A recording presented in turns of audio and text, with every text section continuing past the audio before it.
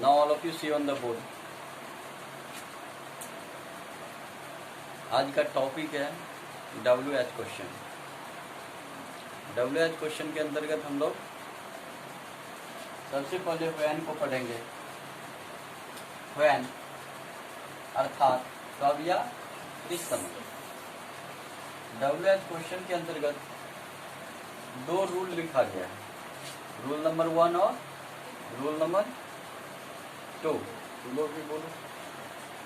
Rule number 1 में क्या है, WH वर्ड प्लस सहायक क्रिया, हेल्पिंग वर्ब मतलब सहायक क्रिया प्लस सब्जेक्ट अर्थात कर्ता, MV मतलब मेन वर्ब होता है मुख्य क्रिया, उसके बाद ऑब्जेक्ट, उसके बाद question mark. After that rule number 2 की बारी आएगी।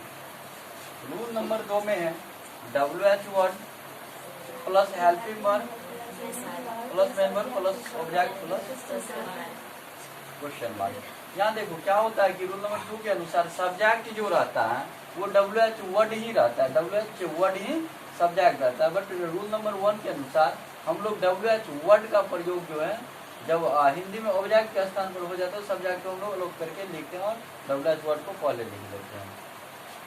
सबसे पहले यहाँ लिखा गया है use of when in WH word, in WH question.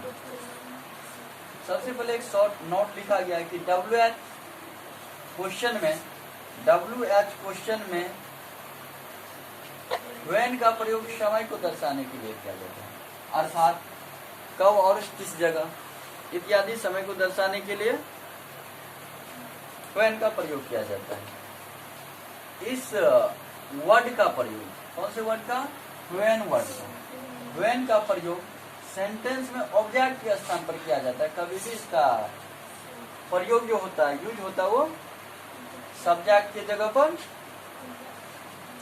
नहीं होता है। इसका प्रयोग हम लोग ऑब्जेक्ट के स्थान पर देखते हैं। जैसे एग्जाम्पल के तौर पे आप कॉलेज कब जाते हैं, सबसे पहले यहाँ जो कब हो गया लास्ट ऑब्जेक्ट की जगह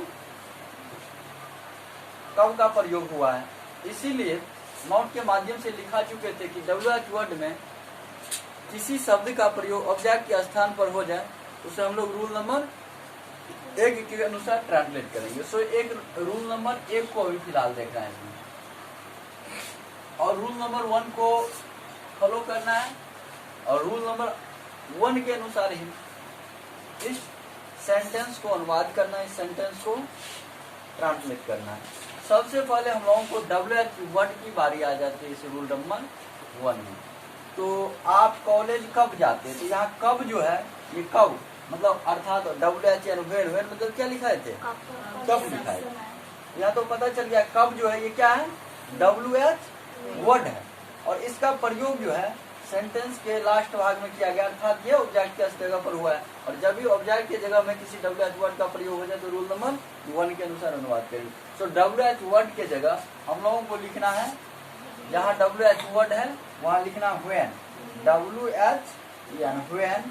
उसके बाद हेल्पिंग वर्ड। सबसे पहले इस सेंटेंस को आइडेंटिफाई करने की कौन सा सेंटेंस है, तो जैसे कि टेंस सभी लोग पढ़े हो और जिस सेंटेंस के अंत में आता है, जाता है, खाता है, पीता है इत्यादि तरह का शब्द लगा हुआ होता है उसे हम लोग प्रेजेंट इंडेफिनिट सेंटेंस मानते थे, चाहे वो अफर्मेटिव हो, निगेटिव हो, इंट्रोगेटिव और इंट्रोगेटिव निगेटिव चुने।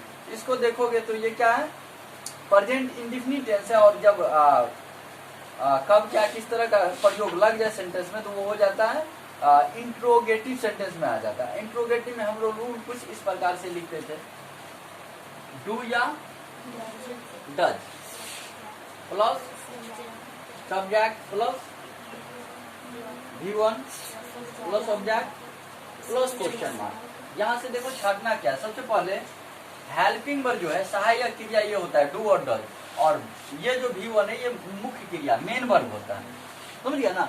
तो सबसे पहले WH वर्ड का प्रयोग कर दिया और हेल्पिंग वर्ब में हम लोगों को इस सब्जेक्ट के अनुसार या तो डू का प्रयोग करना या डज का। इसमें सब्जेक्ट देखोगे क्या है, सब्जेक्ट क्या है, इसमें आप है, आपका अंग्रेजी क्या होता है, यू होता है। तो यू से पहले डू का प्रयोग हुआ या डज का, डू का, डी और डू, व्हेन डू, उसके बाद सब्जेक्ट की जगह किसका प्रयोग होगा, यू का। व्हेन डू यू, उसके बाद मेन वर्ब, क्या करने की बात किया जा रहा है, जाने की बात किया जा रहा है। When do you main verb के रूप में गो, कंप्लीमेंट में टू, और कॉलेज का अंग्रेजी महाविद्यालय वैसे होता है कॉलेज यहाँ लिखना है, COLL लीजिए, और लास्ट में क्वेश्चन मार्क लगा देना है। अर्थात आप कॉलेज कब जाते हैं, हम लोग इस ट्रांसलेशन को, इस सेंटेंस को ट्रांसलेट करेंगे तो when do you go to college. समझ रहा है।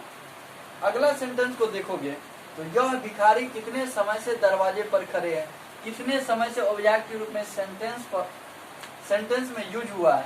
तो या इसको ऐसे भी लिख सकते हो कि यह भिखारी दरवाजे पर कितने समय से खड़े हैं। तो सबसे पहले क्या हो जाएगा, WH वर्ड हो जाएगा, कितने समय या कब या किस समय, तो इसका अंग्रेजी क्या हो जाएगा, व्हेन। आए हैं, गए हैं, खड़ा है, खड़ी है, किस सेंटेंस का पहचान है, प्रेजेंट परफेक्ट टेंस। समझ रहा है ना। तो हेल्पिंग वर्ब के रूप में हैज या हैव। तो सब्जेक्ट देखना क्या है इसमें, यह भिखारी, दिस बेगर, किसका प्रयोग होगा, हेल्पिंग वर्ब के रूप में, हैज का।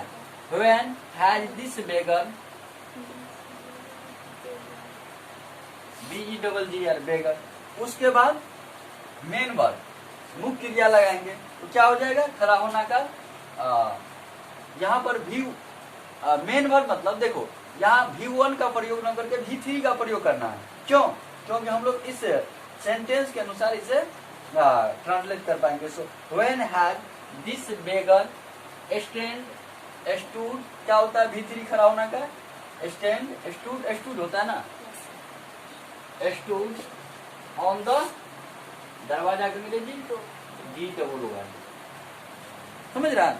तो इस तरह के जो भी सेंटेंस हैं यूज ऑफ व्हेन वाले सेंटेंस, तो हम लोग रूल नंबर 1 से ही ट्रांसलेट करेंगे। क्यों, क्योंकि व्हेन का प्रयोग ऑब्जेक्ट के स्थान पर हुआ है, और व्हेन का प्रयोग जब ऑब्जेक्ट के स्थान पर हो जाए उसे हम लोग WH वर्ड के अंतर्गत रूल नंबर 1 से ही प्रयोग करेंगे। फिर से रूल नंबर 1 को स्मरण करेंगे कि सबसे पहले WH word plus helping verb plus subject plus main verb plus object plus question mark आ जाता है। That's all in this class.